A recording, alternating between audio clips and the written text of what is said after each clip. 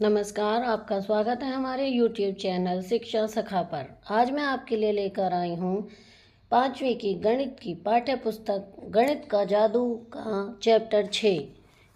पाठ का नाम है मैं तेरा गुणनखंड गुणज तू मेरा।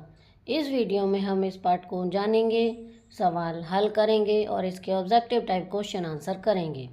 पिछली वीडियो में मैंने आपको चैप्टर 5 क्या यह एक जैसा दिखता है पार्ट को बताया था, उसके क्वेश्चन सॉल्व किए थे और MCQ क्वेश्चंस किए थे। अगर आप मेरे चैनल पर नए हैं और अभी तक आपने मेरे चैनल को सब्सक्राइब नहीं किया है तो प्लीज़ मेरे चैनल को सब्सक्राइब कर लें और बेल आइकन को ज़रूर दबाएं। मैंने अपने चैनल की प्लेलिस्ट में सब्जेक्ट वाइज लिस्ट डाली हुई है। आप जिस भी सब्जेक्ट के लेसन को देखना चाहते हैं मेरे चैनल की प्लेलिस्ट में जाकर उसे देख सकते हैं। तो चलिए शुरुआत करते हैं। चैप्टर 6 मैं तेरा गुणनखंड गुणज तू मेरा। चूहा और बिल्ली। भूखी बिल्ली कुंजन चूहे को पकड़ने की कोशिश कर रही है। कुंजन अभी 14 पर है और एक बार में 2 खाने कूद सकता है। बिल्ली 3 पर है, वह एक बार में 3 खाने कूद सकती है। अगर चूहा 28 पर पहुंच जाए तो वह बिल में छिप सकता है। पता लगाओ कि क्या चूहा बच पाएगा। तो देखते हैं क्या वे खाने जिन पर चूहा कूदा। तो चूहे का अंतर यहाँ पर 2 बताया गया है कि चूहा 2 खाने कूद सकता है। तो देखिए अगर चूहा 2 करके यहाँ से देखिए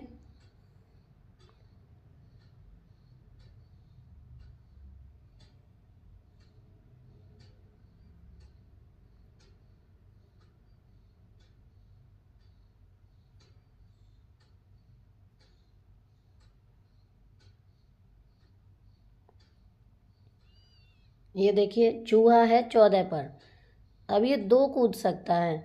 तो 16, 18, 20, 22, आगे देखिए 24, 26 और 28।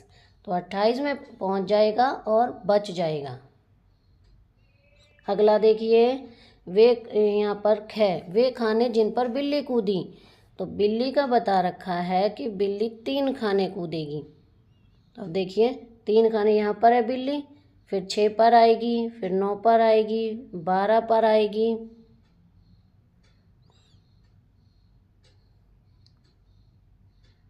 उसके बाद 15 पर आएगी, 15 के बाद 18 पर आएगी, 21, 24 और उसके बाद 27 पर आएगी। इस तरह से आएगी बिल्ली, लेकिन तब तक चूहा निकल जाएगा। अब आ गया वे खाने जिन पर बिल्ली और चूहा दोनों कूदे। तो देखिए वे खाने हैं 18 और 24, लेकिन एक साथ नहीं कूदे हैं, अलग अलग कूदे हैं। चूहा पहले कूद के निकल गया और बिल्ली बाद में। अगर एक साथ कूदते तो बिल्ली चूहे को खा जाती। क्या चूहा बच सकता है? हाँ, क्योंकि 18 और 24 खाने दोनों एक साथ नहीं कूदे, यानी चूहा और बिल्ली अलग अलग कूदे हैं। अब आगे हैं पता करो। अगर बिल्ली 5 से शुरू करके एक बार में 5 खाने कूदती है और चूहा 8 से शुरू करके एक बार में 4 खाने कूदता है तो क्या चूहा बच पाएगा? ये देखिए 5 से शुरू करके एक बार में 5 खाने बिल्ली, तो 5 का पहाड़ा चल जाएगा यहाँ पर। 5, 10, 15, 20, 25, 30, 35, इस तरह से हम आगे लिखते रहेंगे, लेकिन 30 तक लिखेंगे, 29 तक है ये। फिर आगे है चूहा बच पाएगा। चूहा 4 के हिसाब से चलेगा, तो 8, 12, 16, 20 और 24। तो यहाँ पर देखिए दोनों एक जगह पर एक साथ कूदेंगे, क्योंकि 1, 2, 3, 4, ऊपर भी 1, 2, 3, 4, तो एक साथ कूदेंगे और बिल्ली उसे पकड़ लेगी और खा जाएगी, यानी नहीं बच पाएगा। अब आगे है मोंटो का इंतजार। मोंटो बिल्ली किसी के लिए इंतजार कर रही है। क्या तुम्हें पता है कि वह किसके लिए इंतजार कर रही है? इसे मालूम करने के लिए एक तरीका है। तो यहाँ पर देखिए तरीका क्या है, नीचे पढ़ेंगे। पहले हर एक संख्या को 2 से भाग हो सकती है, उस पर लाल बिंदु से निशान लगाओ। तो पहले हम इसे करेंगे, जो भी 2 से भाग हो जाए। तो देखिए कौन कौन सी हो सकती हैं, उन पर निशान लगाएंगे। मैंने यहाँ पर निशान लगाए हुए हैं बिंदी वाले, जो बिंदी वाले हैं इस तरह से ये 2 से भाग हो रहे हैं सारे। ये देखिए इन सब पे बिंदी लगी हुई है। 30, 32, 34, 36, 38, 40, इस तरह ये सारे 2 से भाग हो जाएंगे।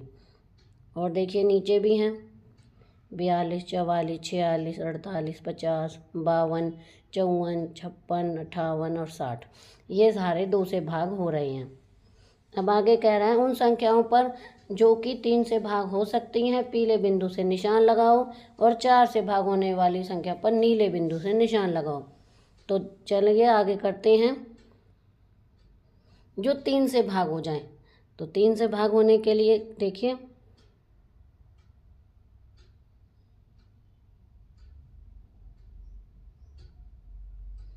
3 से भाग होने के लिए मैंने राउंड ऐसे इस तरह गोल दायरा बनाया है।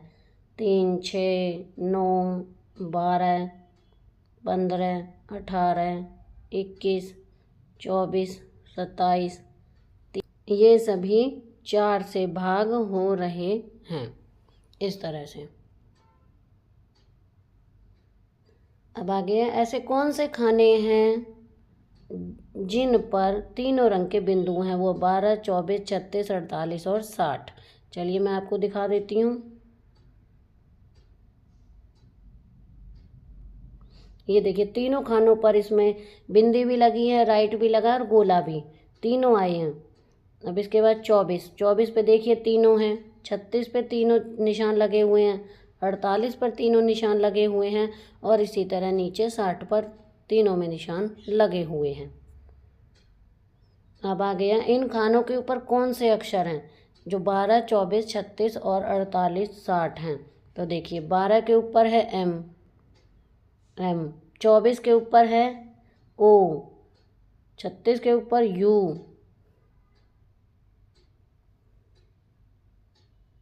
आगे देखिए 48 के ऊपर एस और 60 के ऊपर ई।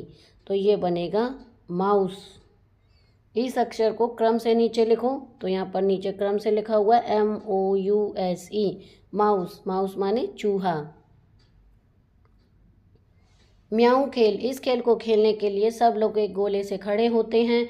एक खिलाड़ी बोलता है 1, अगर अगला खिलाड़ी कहता है 2, और ऐसे ही खेल चलता रहता है। जिस खिलाड़ी को 3 या फिर 3 से भाग होने वाली संख्या बोलनी है वह उस संख्या की जगह म्याऊं बोलेगा। जो म्याऊं कहना भूल जाएगा वह खेल से बाहर हो जाएगा। आखिरी बचा खिलाड़ी जीत जाएगा। तुमने कौन सी संख्याओं को म्याऊं से बदला? वो हैं 3, 6, 9, 12, 15, 18, 21, 27, 24, 27, 30, 33, 36 और 39। हम इन संख्याओं को 3 के गुणज कहते हैं। संख्या 3 को 4 से बदल कर इस खेल को खेलें।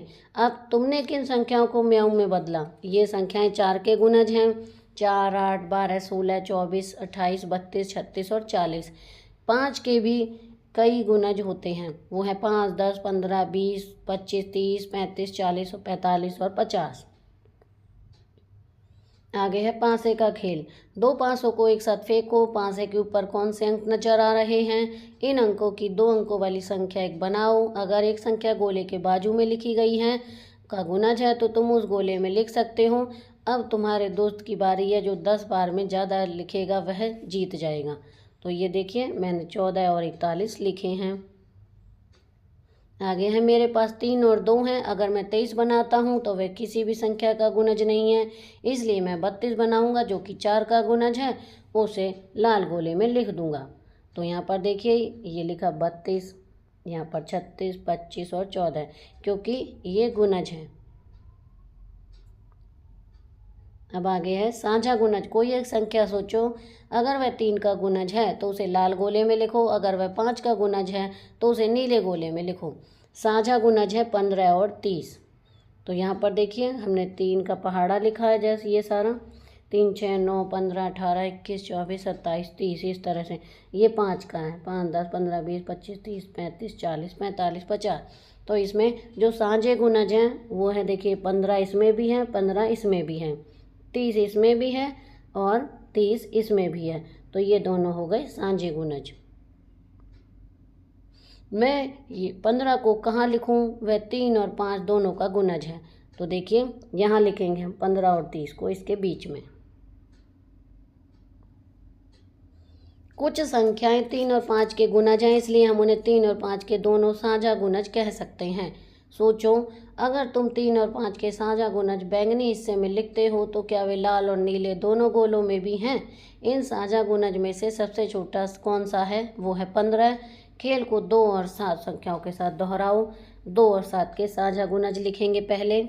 तो मैंने यहाँ देखिए 2 का पहाड़ा लिखा, इसी तरह 7 का लिखा। अब देखिए दोनों में क्या आता है, यहाँ पर भी 14 है, इसमें भी 14 है। जब हम 2 के पहाड़े को और आगे ले जाएंगे तो आगे 28 भी आएगा, इसी तरह 42 भी आएगा। तो 42 इसमें भी रहेगा और इसमें भी।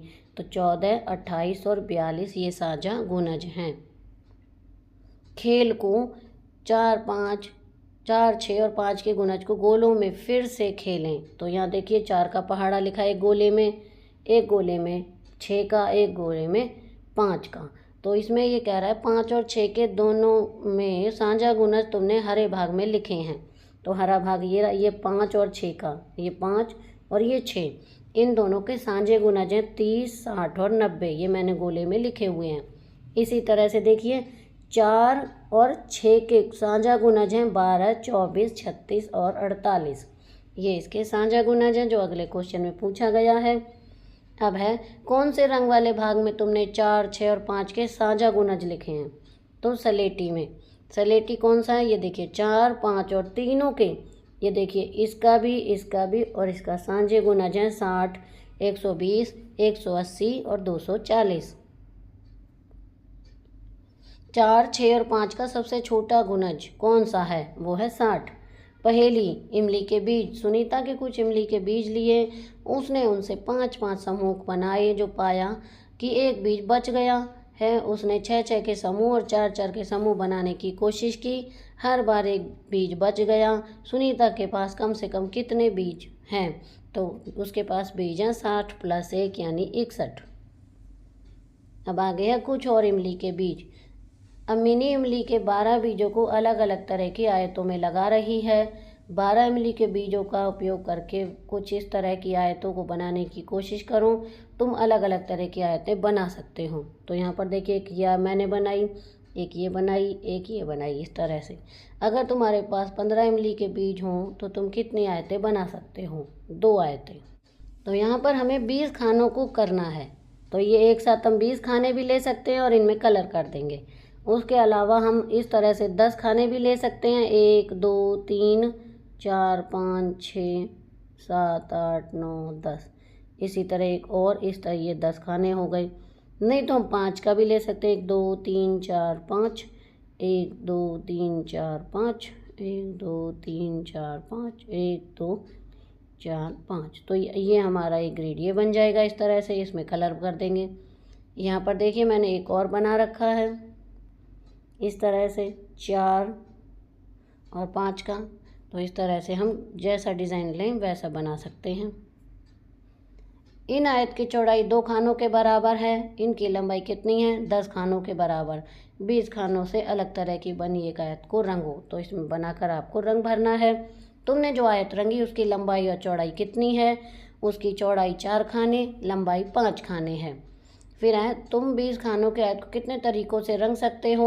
उन सबको ग्रिड में रंगो और रंगे हुए हर आयत की लंबाई और चौड़ाई को लिखो। चौड़ाई 20 खाने, लंबाई 1 खाने। चूड़ियाँ, एक सलाख पर 18 चूड़ियाँ हैं। मीना उन्हें समूह में रखने की कोशिश कर रही है। वह उन्हें 2, 3, 6, 9 और 18 के समूह में रख सकती हैं, किसी भी चूड़ी को छोड़े बिना। अगर वह एक चूड़ी का समूह बनाती हैं तो उसके पास कुल 18 समूह होंगे। अब अलग अलग चूड़ियों की संख्या के लिए तालिका को पूरा करो। हर एक संख्या के लिए देखो कि कौन से अलग अलग समूह बनाए जा सकते हैं। यहाँ पर देखिए मैंने लिखा हुआ है चूड़ियों की संख्या, अलग अलग समूह जो वो बना सकें। तो 18 का होगा 1, 2, 3, 6, 9, 18। 24 का होगा 1, 2, 3, 4, 5, 6, 4, 8, 12 और 24। 5 का होगा 1, 5। 9 का होगा 1, 3, 6, 9। 7 का 1, 7, 1, 2, 1, इसे 1, 2, 5, 10, इसका 1। इस तरह से वो समूह बना सकती हैं।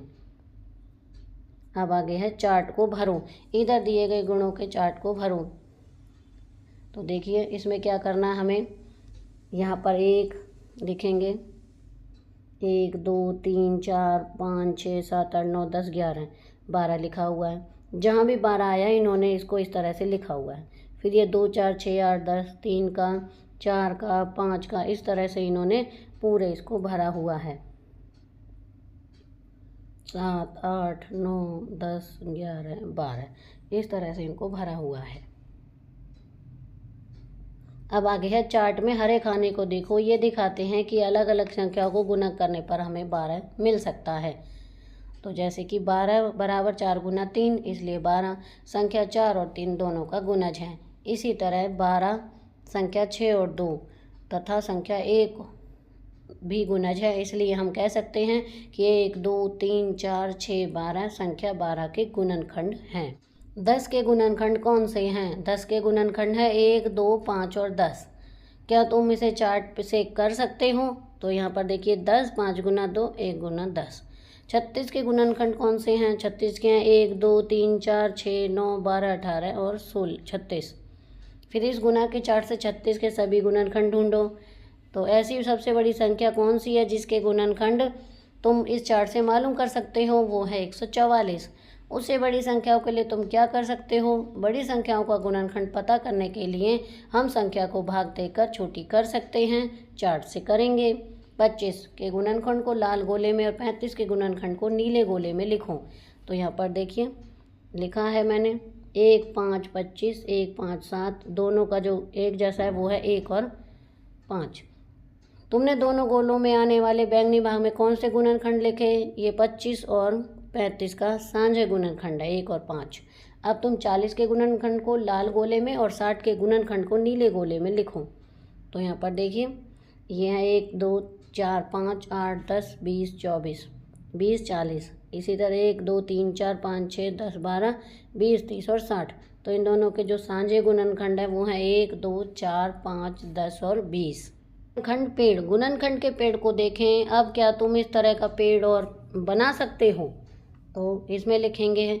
तो यहाँ पर देखिए किया हुआ है जैसे कि 18 18 9 दूनी 18, 2 का गुणनखंड नहीं बनेगा, 9 का बनेगा, 3 तिया 9 इस तरह से 18 यहाँ पर 6 तिया 18, 3 का नहीं बनेगा 6 का बनेगा, 2 तिया 6 इस तरह से। तुम 24 का गुणनखंड पेड़ कितने तरीके से बना सकते हो? उनमें से 3 को नीचे बनाओ।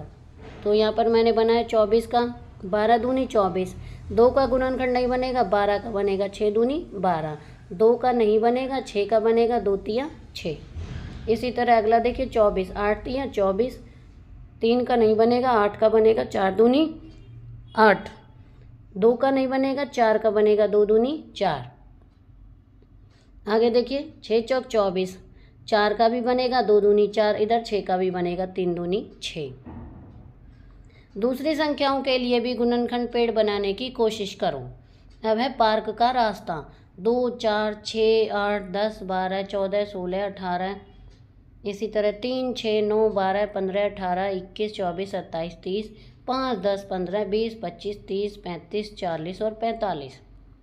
एक अनु के घर में एक पार्क है, उस पार्क के बीच में एक रास्ता है। उन्होंने रास्ते को 2 फीट 3 फीट और 5 फीट की टाइलों से टाइल करने का फैसला लिया। मिस्त्री ने पहली पंक्ति को 2 फीट की टाइल से, दूसरी को 3 फीट की टाइल से और तीसरी को 5 फीट की टाइल से टाइल किया। मिस्त्री ने किसी भी टाइल को नहीं काटा। रास्ते की लंबाई कम से कम कितनी है? तो यहाँ पर देखिए, यहाँ पर मैंने 2 की ये पूरी टेबल लिखी है, फिर 3 की लिखी है और 5 की। इनमें जो एक जैसा है गुणज वो है 30। जब हम 2 के पहाड़े को और आगे ले जाएंगे तो 30 आएगा। इसी तरह 3 में भी 30 है और 5 में भी 30 है, 5 के पहाड़े में। तो यानी कि रास्ते की लंबाई हुई 30 फीट। अब आगे है मनोज एक नया घर बनाना चाहता है। वह फर्श पर टाइल बिछाना चाहता है। कमरे का आकार 9 फीट गुना 12 फीट है। बाजार में 3 तरह की चौकोर टाइलें हैं, 1 फुट गुना 1 फुट, 2 फुट गुना 2 फुट और 3 फुट गुना 3 फुट। उसे कौन से आकार की टाइल खरीदनी चाहिए ताकि वह बिना काटे उन्हें बिछा सके? तो वो हैं 1 गुना 3 फुट टाइल लगेंगी। यहाँ पर 1 गुना 9, 3 तिया 9, 1 गुना 12, 2 गुना 6 और 3 गुना 4, इस तरह से। अगला है रानी का घर, गीता का घर और नसीमा का घर। 90 फुट, 90 फुट और 90 फुट ये रास्ता है। रानी, नसीमा और गीता एक दूसरे के पास रहती हैं। उनके घर से सड़क की दूरी 90 फुट है। उन्होंने घर से सड़क तक टाइल करने का फैसला किया। अब वो सब ने अलग अलग डिज़ाइन और लंबाई की टाइलें खरीदी। रानी ने सबसे छोटी टाइल खरीदी, गीता ने बीच के आकार की टाइल खरीदी और नसीमा ने सबसे लंबी टाइल खरीदी। अगर वे बिना किसी टाइल को काटे रास्ते को टाइल कर सकती हैं तो तीनों ने किस आकार की टाइल खरीदी? तीनों अलग अलग तरीका बताओ, समझाओ कि तुम्हें उत्तर कैसे मिला। वो कोई भी नाप की टाइल लगा सकती हैं। 90 के गुणज देखिए यहाँ पर मैंने लिखे हुए। पहला प्रश्न है, जब एक संख्या दूसरी संख्या से पूर्णतः विभाजित हो जाती है तो उसे गुणज कहते हैं। संख्या 12 का गुणन होगा कै 2, कै 3, कै 24, कै 8। इसका सही उत्तर है कै 24। नंबर 2, संख्या 13 का सबसे छोटा गुणज क्या है? कै 26, कै 13, कै 1, कै 39। इसका सही उत्तर कै 13। प्रश्न 3, संख्या 8 और 4 के साझे गुणज होंगे कै 16 और 24, 28 और 32, 24 और 36, 16 और 36। इसका सही उत्तर है कै। प्रश्न 4, संख्या 4, 5, 6 का सबसे छोटा साझा गुणज क्या होगा? कै 20, कै 30, कै 40, कै 60। इसका सही उत्तर है 60। प्रश्न 5, संख्या 24 के गुणनखंड होंगे कै 4 और 6, कै 7 और 4, कै 8 और 9, कै 12 और 5। इसका सही उत्तर है कै। प्रश्न 6, संख्या 12 और 24 के साझे गुणनखंड क्या होंगे? कै 3 और 7, कै 4 और 6, कै 2 और 9, कै 8 और 9। इसका सही उत्तर है कै। प्रश्न 7, संख्या 40 और 60 का सबसे बड़ा साझा गुणनखंड होगा कै 5, कै 10, कै 20, कै 40। इसका सही उत्तर है कै 20। अब आगे है प्रश्न 1, किसी भी संख्या का 1, 2, 3, 4 संख्या से गुना करने पर डैश प्राप्त होता है। ए गुणज, बी गुणनखंड, सी कोई नहीं। इसका सही उत्तर है ए गुणज। प्रश्न 2, 18 किसका गुणज है? 3, 4, 5, 6। इसका सही उत्तर है ए 3 का। प्रश्न 3, 18 का गुणनखंड है ए 6, बी 5, सी 4, डी 11। इसका सही उत्तर है ए 6। आगे है प्रश्न 4, 25 का गुणनखंड है ए 5, बी 10, सी 15। इसका सही उत्तर है ए 5।